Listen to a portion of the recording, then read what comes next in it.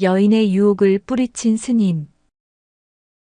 옛날 어느 산속 깊은 암자에 억수 같은 비가 내리치고 있었다.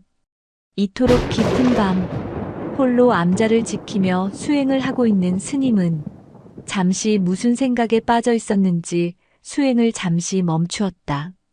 이 폭풍우 속에 여자가 찾아올 리가 없지. 거센 비바람 속에서 얼핏 여자의 음성을 들었던 원효 스님은 자신의 공부를 탓하며 다시 마음을 굳게 다졌다. 아직도 여인에 대한 동경이 나를 유혹하는구나. 이루기 전에는 결코 자리를 뜨지 않으리라. 자세를 고쳐 점차 선정에 든 원효 스님은 휘몰아치는 바람과 거센 빗소리를 분명히 듣는가 하면 자신의 존재마저 아득함을 느꼈다. 마음은 무엇일까? 원효 스님은 둘이 아닌 분명한 본래 모습을 찾기 위해 무서운 내면의 갈등에 휘말리고 있었다. 그때였다. 바지직하고 등잔불이 기름을 튕기며 탔다. 순간 원효 스님은 눈을 번쩍 떴다. 비바람이 폭을 안으로 왈칵 밀려들었다. 밀려오는 폭풍우 소리에 섞여 여자의 음성이 들렸다. 스님은 잠시 귀를 기울이더니 갑자기 벌떡 일어났다. 여인은 황급하게 문을 두드리며 스님을 계속 불렀다. 스님은 혹시 잘못 들은 게 아닌가 싶어 문을 활짝 열어보았다. 세찬 비바람이 방 안으로 밀려들면서 방 안의 등잔불이 꺼져버렸다. 스님, 죄송합니다. 이렇게 어두운 밤에 찾아와서요. 칠흑 같은 어둠 속에 비를 맞고 서 있는 여인을 보고도 스님은 선뜻 들어오란 말이 나오질 않았다. 스님, 하룻밤만 지내고 가게 해주세요. 집에 가는 길에 길을 잃고 헤매는 중이었습니다. 여인의 간곡한 애원에 스님은 문 한쪽으로 비켜섰다. 여인이 토막으로 들어섰다. 스님, 불 좀 켜주세요. 너무 캄캄합니다. 스님은 묵묵히 화롯불을 찾아 등잔에 불을 옮겼다. 방 안이 밝아지자 비에 젖은 여인의 육체가 눈에 들어왔다.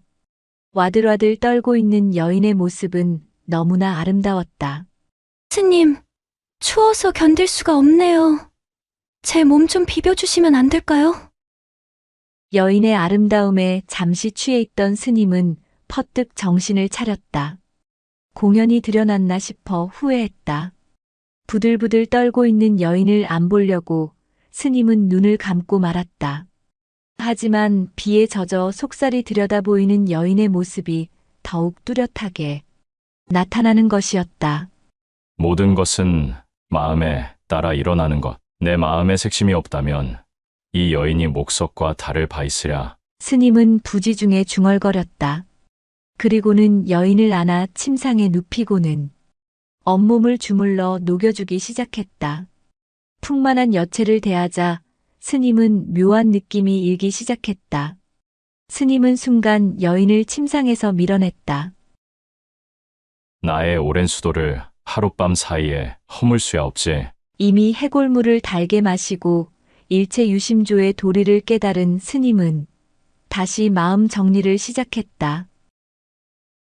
해골은 물그릇으로 알았을 때는 그 물이 맛있더니 해골을 해골로 볼 때는 그 물이 더럽고 구역질이 나지 않았던가. 일체 만물이 마음에서 비롯된다 하였으니 내 어찌 더 이상 속으랴.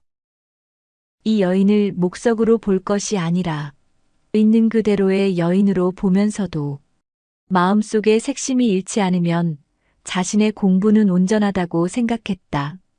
스님은 다시 여인에게 다가갔다.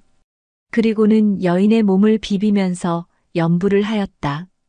여인의 풍만한 육체는 여인의 육체가 아니라 한 생명일 뿐이었다. 스님은 여인의 혈맥을 찾아 한 생명에게 힘을 부어주고 있었다. 남을 돕는 것은 기쁜 일. 더욱이 남과 나를 가리지 않고 자비로써 도울 때 그것은 이미 남을 돕는 것이 아니라 자기 삶이 되는 것이다. 도움을 주는 자와 받는 자의 구별이 없을 때 사람은 경건해진다. 여인과 자기의 분별을 떠나 한 생명을 위해 움직이는 원효 스님은 마치 자기 마음을 찾듯 준엄했다. 여인의 몸이 서서히 따뜻해지기 시작했다.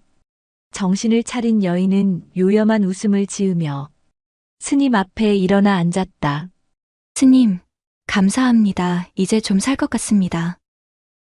여인과 자신의 경계를 느낀 스님은 순간 밖으로 뛰쳐나왔다. 폭풍우가 지난 후의 아침에는 더욱 찬란하고 장엄했다. 간밤의 폭우로 물이 많아진 옥류폭포의 물기둥이 폭음을 내며 떨어지고 있었다. 스님은 헐헐 옷을 벗고 옥류천 맑은 물에 몸을 담그었다. 뼛속까지 시원한 물속에서 무한한 희열을 느끼는데 여인이 다가왔다. 스님, 저도 목욕 좀 해야겠어요. 여인은 옷을 벗어 던지고는 물속으로 들어와 스님 곁으로 다가왔다. 아침 햇살을 받은 여인의 몸매는 눈이 부셨다. 스님은 생명체 이상으로 보이는 그 느낌을 자제하고 한거했다. 결국 스님은 눈을 부릅뜨고 외쳤다. 너는 나를 유혹해서 어쩌자는 거냐? 스님, 언제 제가 스님을 유혹하였나요? 혹시 스님이 저를 세간으로 보시는 건 아닌지요? 큰 방망이로 얻어맞은 듯한 순간 스님의 머리는 무한한 혼돈이 일었다. 세간으로 보는 원효의 마음이란 여인의 목소리가 계속 스님의 귓전을 때렸다. 거센 폭포 소리도 들리지 않았다. 계속하여 여인의 음성이 혼돈으로 가득 찬 머릿속을 후비고 들어올 뿐 세간으로 보는 원효의 마음을 거듭거듭 뇌이면서 원효 스님은 서서히 정신을 차렸다. 폭포 소리가 들렸고 캄캄했던 눈앞의 사물이 제 빛을 찾고 제 모습을 드러냈다. 이렇게 의식되는 눈앞의 경계를 놓치지 않고 원효 스님은 갑자기 눈을 떴다. 원효 스님은 처음으로 빛을 발견한 듯 모든 것을 명료하게 보았다. 옳거니 바로 그거로구나. 모든 것이 그것으로 인하여 생기는 그 마음까지도 버려야 하는 그 도리로구나. 스님은 물을 차고 일어섰다. 그의 발가벗은 몸을 여인 앞에 아랑곳 없이 드러내며 유유히 걸어 나왔다. 주변의 산과 물, 여인과 나무 등 일체의 모습이 생동하고 있었다. 여인은 어느새 금빛 찬란한 후광을 띤 보살이 되어 폭포를 거슬러 사라졌다. 원효 스님은 그곳에 암자를 세웠다. 자기의 몸과 마음을 뜻대로 한 곳이라 하여 절이름을 자제함이라 했다.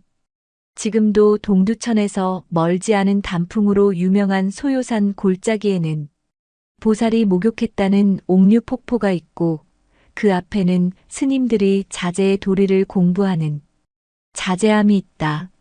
자제함이 있다.